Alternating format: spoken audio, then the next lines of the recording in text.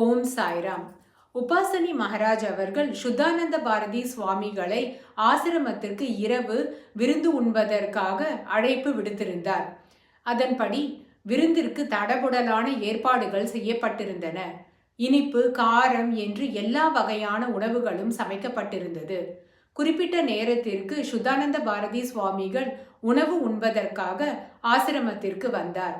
அவரை கௌரவமான முறையில் வரவேற்பு கொடுத்தனர். அதனையொட்டி அவருக்கு எல்லா உணவு வகைகளும் பரிமாறப்பட்டது. இந்த உபசரிப்பில் மிகவும் மகிழ்ச்சி அடைந்த சுத்தானந்த பாரதி சுவாமிகள் மூக்கு முட்ட வயிறு புடைக்க உணவு உண்டார். உணவு உண்ட பிறகு அவரால் தன்னுடைய இருக்கையில் இருந்தே எழுந்திருக்க முடியவில்லை. இன்னும் சொல்ல போனால் அவரை தூக்கிச் சென்று அவருடைய அறையில் படுக்க வைக்க வேண்டியதாயிற்று.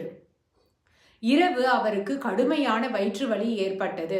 அதை தொடர்ந்து வயிற்றுப்போக்கும் ஏற்பட்டதால் ஒரு நொடி கூட கண்மூடி அவரால் உறங்க இயலவில்லை.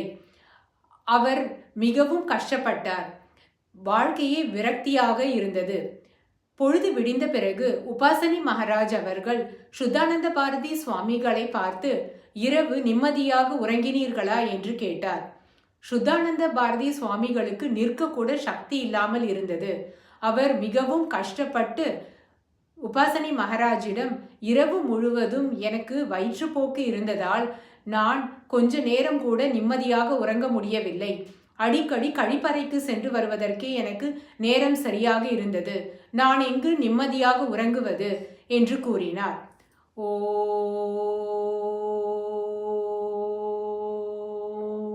சாய்ராம்.